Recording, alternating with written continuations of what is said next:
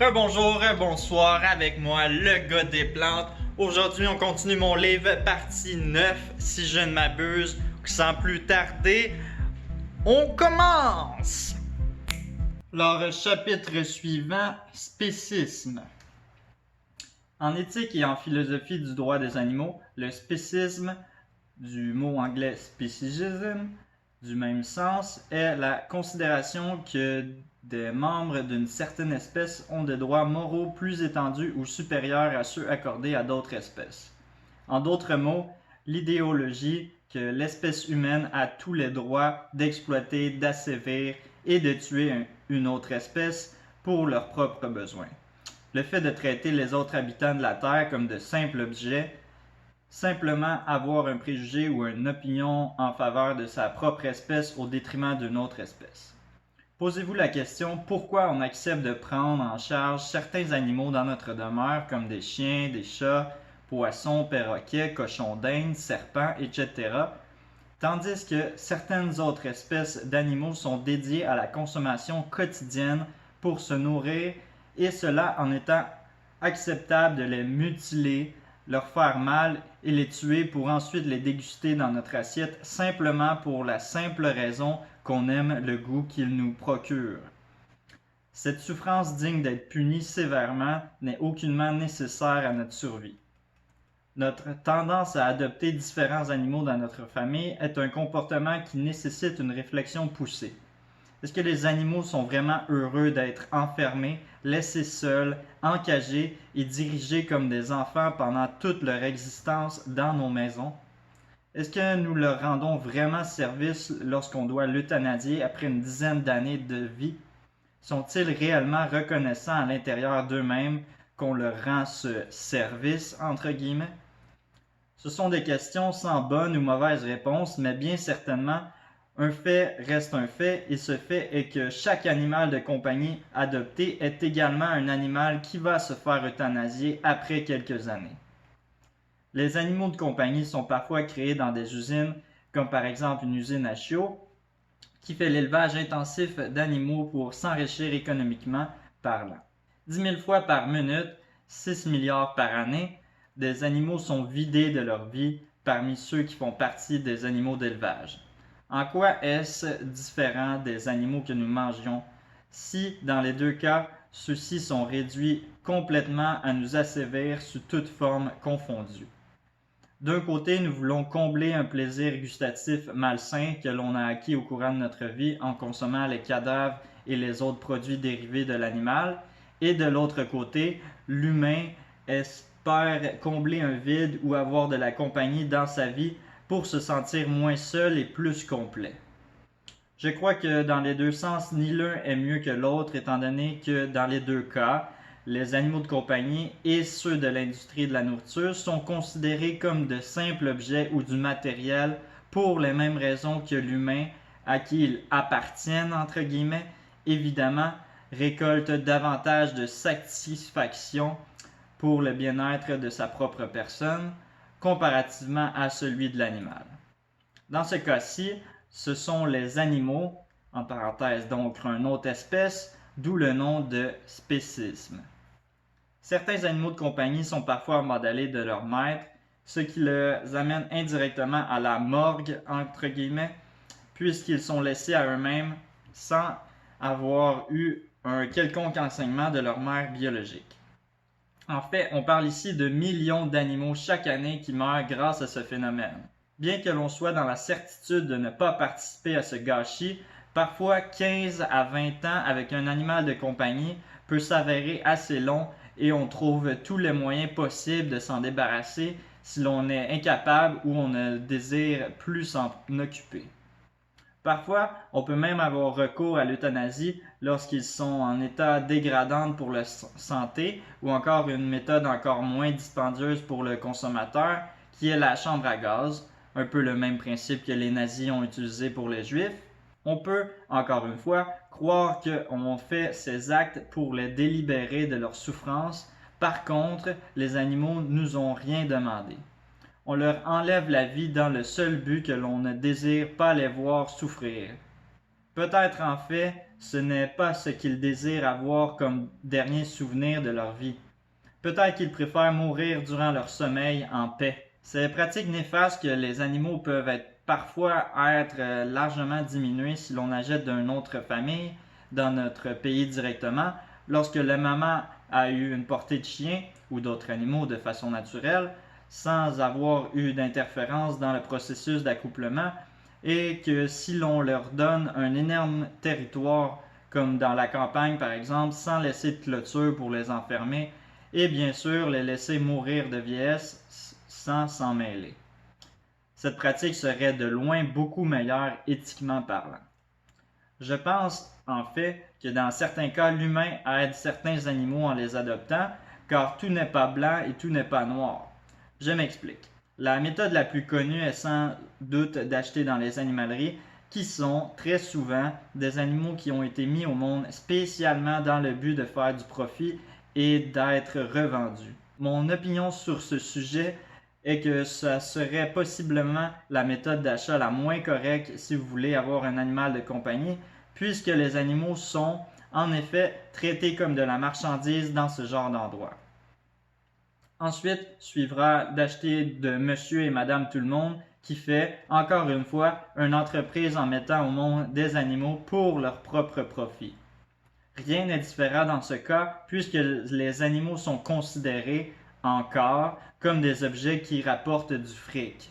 Je pense que ce qui serait le moins pire pour l'animal et le consommateur est de prendre sous son épaule un animal qui a besoin de support d'un humain afin d'améliorer sa qualité de vie, par exemple adopter un chien, un chat dans la SPCA ou d'autres organismes qui promuent le fait d'aider et de donner plutôt que de s'enrichir et traiter les autres espèces comme un bien monétaire. Ce qui suit un peu le même courant est de trouver un animal dans la nature à l'extérieur qui est malade ou blessé et qui a besoin de soins sinon sa vie est en danger, comme par exemple un chien abandonné ou un lapin qui a une patte cassée. Ce sont des exceptions à la règle qui aident vraiment l'animal et qui ne fait pas qu'enrichir l'être humain. Vous pouvez également regarder sur Internet afin de rendre le relais d'un animal qui se fait rejeter de sa famille pour certaines raisons, comme ça vous allez aider l'animal encore une fois. En gros, les moins bonnes raisons pour adopter sont souvent et la grande majorité du temps lorsque l'humain doit dépenser pour avoir un animal sous son toit de maison. L'être humain ne devrait pas avoir à débourser de l'argent pour obtenir en sa possession la vie d'un animal, car ce sont à ce moment que l'animal est déshumanisé pour les seuls bénéfices de celui qui l'adopte. L'industrie des animaux de compagnie, selon moi, ne devrait pas privilégiée si l'humain désire obtenir en sa possession de la compagnie animale. Je n'ai pas de conclusion à ce segment du chapitre nécessairement, puisque ce que j'ai écrit est en fait une opinion qui peut s'avérer extrémiste pour certains, mais pour d'autres qui suivent la logique de la chose, fait un sens au fond d'eux-mêmes parce qu'ils savent que ce que j'ai écrit peut être un véritable problème pour l'humanité. D'autres gens vont tout simplement ne pas vouloir avaler cette théorie puisqu'ils ont un attachement trop fort envers le concept d'avoir un certain type d'animal spécifique via l'industrie et que par le fait même, accepter cette philosophie chamboulerait trop leur vie étant donné des choix qu'ils font en encourageant l'industrie animale via les animaux de compagnie. Je crois que ça vaut quand même la peine de se pencher sur la question afin d'absorber un différent aspect de philosophie que elle que nous sommes habitués de penser qu'elle est correcte et la meilleure dans ce monde. À quel point ce bonheur que vous retirez via une autre espèce est-il important dans votre vie? Prenez la question et essayez de mettre à l'écart vos sentiments et émotions. Pensez à la vie de l'autre espèce et au concept que j'ai mis sur table. Est-ce que vous croyez au fond de vous-même que c'est un acte bien d'acheter la possession et la vie d'une autre espèce afin d'en récolter des sentiments de joie et d'autres émotions purement personnelles à vous-même? Est-ce que ce plaisir est sain? Je crois qu'il faut voir la situation d'un point de vue objectif et neutre afin d'analyser la complexité et l'envergure de l'acte en soi. Certains actes que l'humain a fait par le passé, comme par exemple l'esclavagisme ou le sexisme, avaient des similitudes au comportement ici observé. Du côté de l'esclavagisme, il y avait un acte de vente d'une personne noire afin d'asservir certaines de nos tâches et nos travails. Nous avions considéré les personnes avec une couleur de peau différente à la nôtre inférieure simplement parce que ceux-ci étaient différents de nous au niveau physique. L'homme blanc croyait que d'acheter la possession et la vie d'un autre terrien différent de lui était justifiable afin d'en récolter un plaisir, une source de rentabilité supérieure et par le fait même un bonheur augmenté indirectement de la part de l'acheteur. Maintenant, mettons côte à côte ce genre de phénomène en comparaison avec le fait d'acheter des animaux de compagnie. Je ne sais pas si vous avez remarqué à travers votre lecture, mais les bénéfices de l'acheteur d'une personne noire et l'acheteur d'animal de compagnie sont étrangement similaires sous bien des facteurs. Cela remet en question énormément nos habitudes de vie au 21e siècle lorsque l'on compare avec des mouvements très forts qui ont eu lieu dans le passé. L'esclavagiste était d'abord perçu comme normal et sans souffrance lorsqu'il y a lieu. Avec le temps, l'humain s'est rendu compte que ce phénomène n'était pas moral et équitable, mais plutôt absurde et avec un jugement faussé et hautain. Maintenant, nous regardions les événements par le passé avec dégoût, honte et regret, car pendant l'acte, tout semblait être justifié. Du côté du sexisme, encore une fois dans le passé, les femmes étaient considérées comme moindres et inférieures à l'homme dans la société.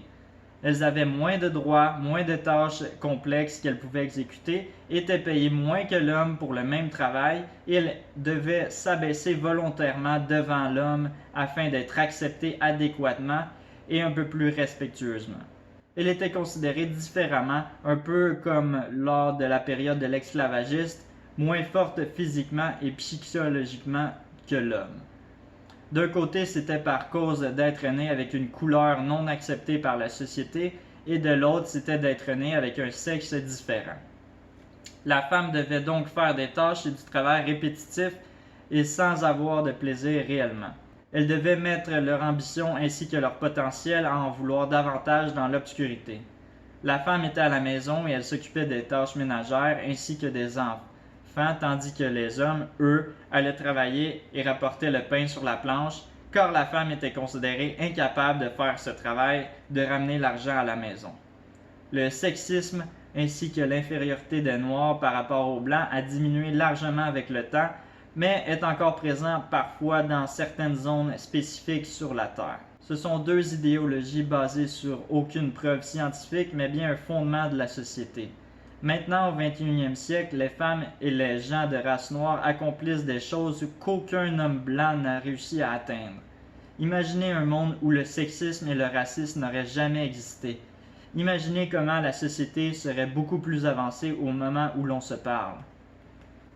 Le spécisme sous toute forme incluant les animaux de compagnie ainsi que les animaux considérés comme de la simple nourriture est en fait une autre idéologie que l'homme a traînée des années de temps avec soi-même par simple plaisir et bonification personnelle.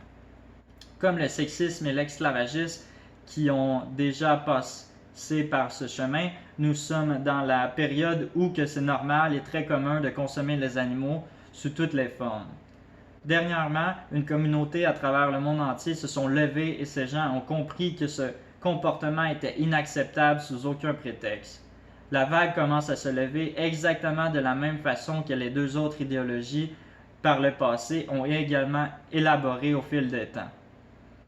Dans quelques années, nous allons avoir des lois et des normes à respecter à travers certains pays afin de limiter ou d'anéantir le fait d'exploiter les animaux sous aucun prétexte. Encore une fois, très similaire aux événements du passé. Ensuite, lorsque le mouvement va avoir pris assez d'expansion, l'abolition totale d'exploitation d'une autre espèce différente à l'humain va être mise en place sous l'échelle mondiale. Après quelques années, les générations à venir vont regarder ce que nous avions fait subir aux animaux avec dédain et honte, au même degré que le racisme et le sexisme en ce moment. Les gens vont écrire des livres, des documentaires, des films sur le sujet afin de se remémorer les événements du passé, exactement comme les deux autres événements mentionnés un peu plus haut. les activistes tels que Joey Capstrong, Ed Ertling, Gary Rofforski, James Aspey, Moby, etc., qui ont défendu le mouvement et qui ont fait accélérer le processus de l'abolition en y consacrant leur vie entière, vont être idolâtrés et remémorés de toutes les façons possibles afin de leur faire honneur, au même titre que Martin Luther King, Gandhi ou d'autres personnalités connues qui ont marqué le mouvement positivement. Ce n'est qu'une question de temps avant que tout cela arrive. Le processus est déjà enclenché et impossible de revenir en arrière. Chose connue, la logique, la science, la vérité et la moralité gagnent toujours contre tout adversaire. Dossier à suivre. Plus tard, ce livre va être lu et relu en croyant que j'avais un don de voir dans le futur. Eh bien non, malheureusement. Cela est juste la logique comme processus à l'évolution de l'homme.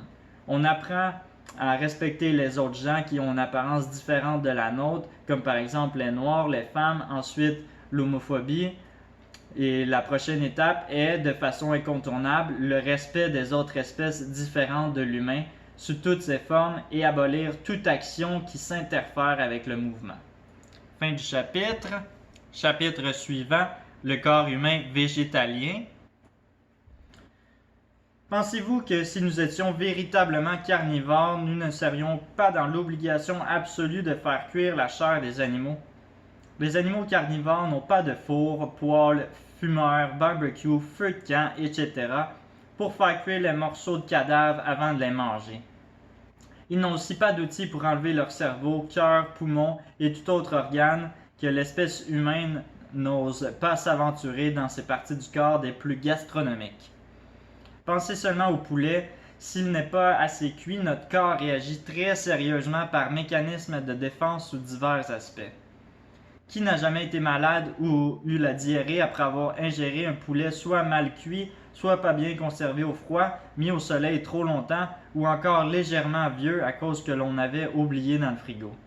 Cette réaction que notre corps fait est un signe très clair que l'humain, physiologiquement parlant, n'est aucunement carnivore.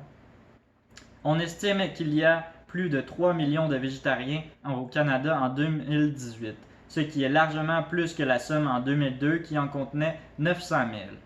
La population se pose de plus en plus de questions et cela est un fait. Google a partagé que si l'on compare les recherches de 2007 avec celles de 2015, on obtient une augmentation de 3 fois plus de recherches avec le mot « vegan ».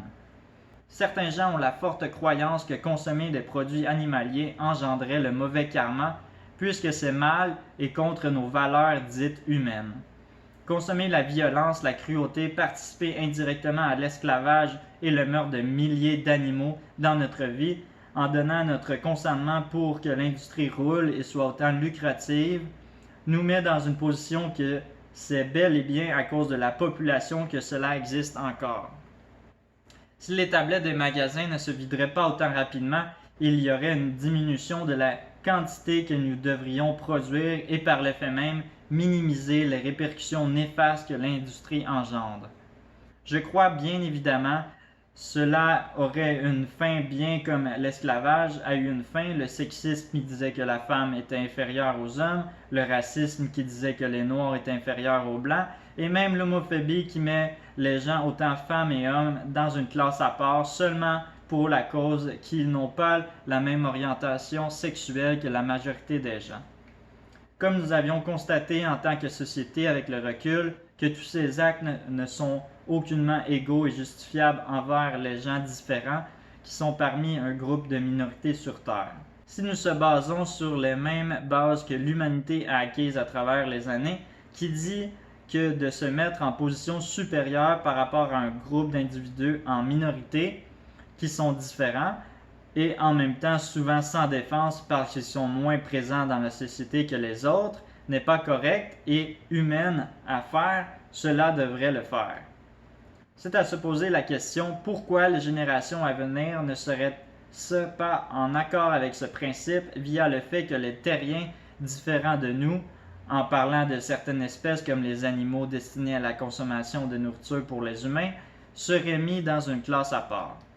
Le principe d'esclavage d'un groupe de terriens vivants reste là, Nous mettons des animaux dans des cages et des enclos pour les réduire à la servitude totale de nos besoins dits non essentiels à la survie de l'humain.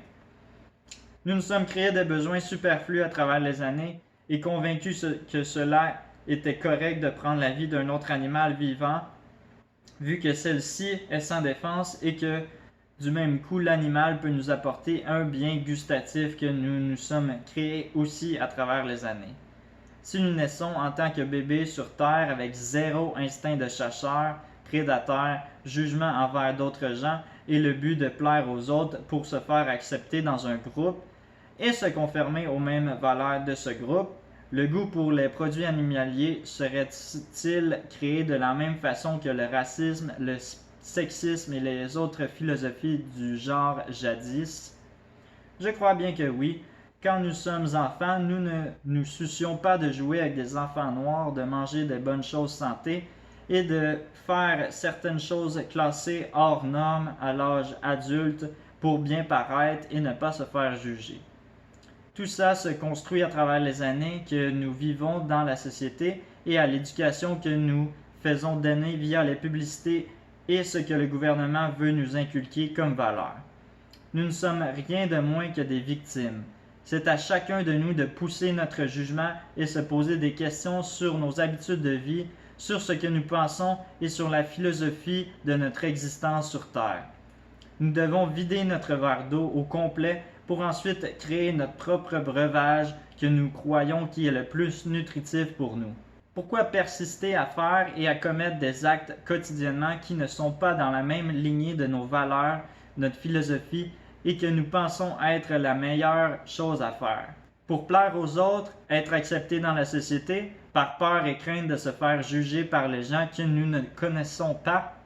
Est-ce que nous pouvons être en paix d'esprit et pleinement heureux avec les actes que nous commettons quotidiennement dans le seul but de bien paraître?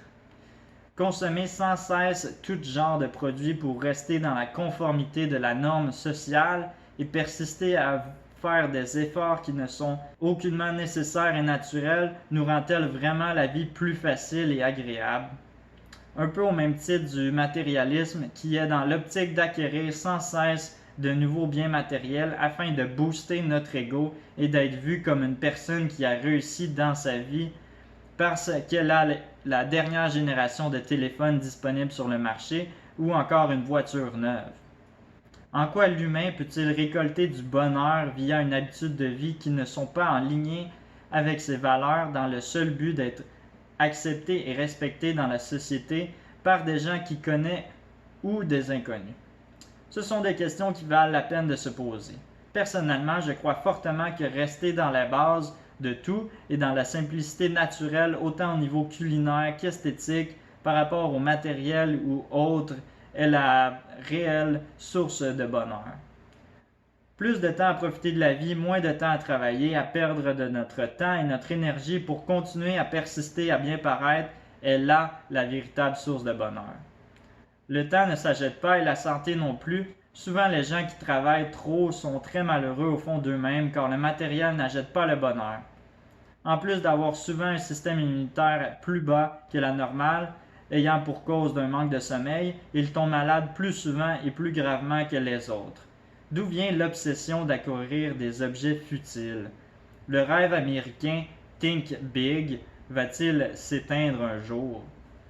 Ce qu'il faut comprendre dans ce problème, c'est que tout est relié.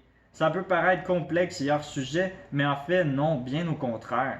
Les gens qui travaillent intensivement sont souvent les mêmes qui se nourrissent mal et les plus grands consommateurs de malbouffe sur la planète, et ce sans parler de pollution, parce que c'est l'option la plus simple, rapide et facile à faire lorsque nous voulons retourner au travail plus rapidement et sauver du temps dans des facettes de notre vie qui pourraient en prendre davantage.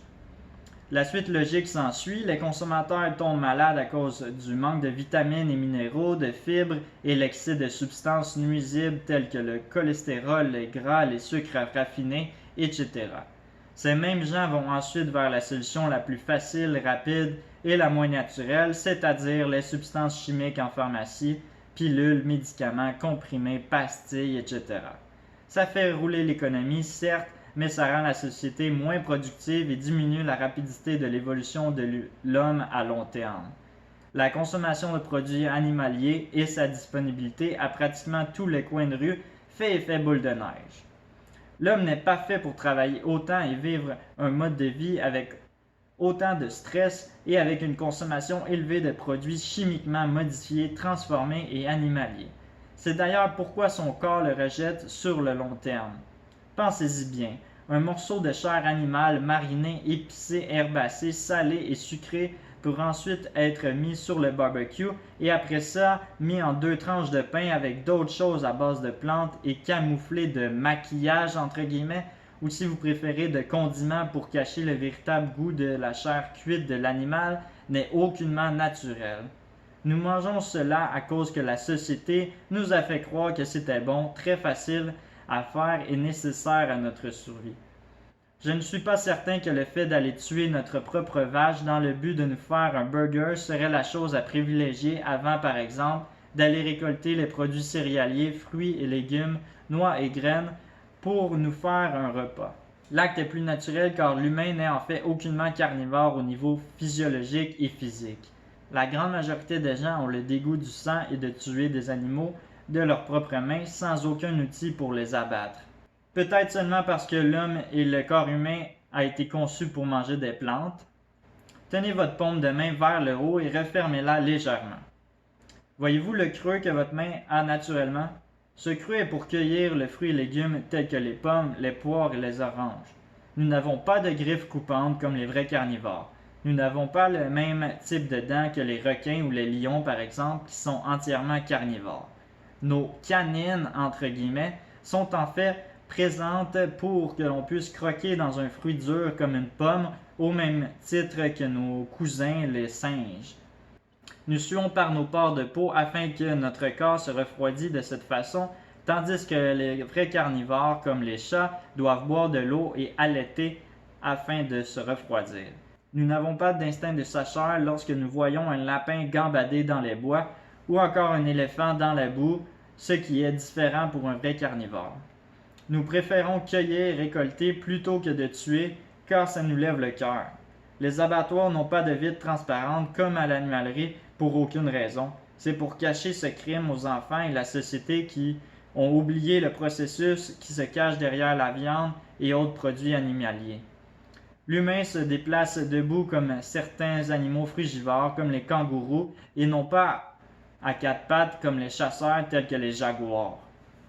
Nous pouvons ouvrir la bouche que légèrement pour manger, tandis que les animaux carnivores ont une ouverture plus prononcée comme les ours.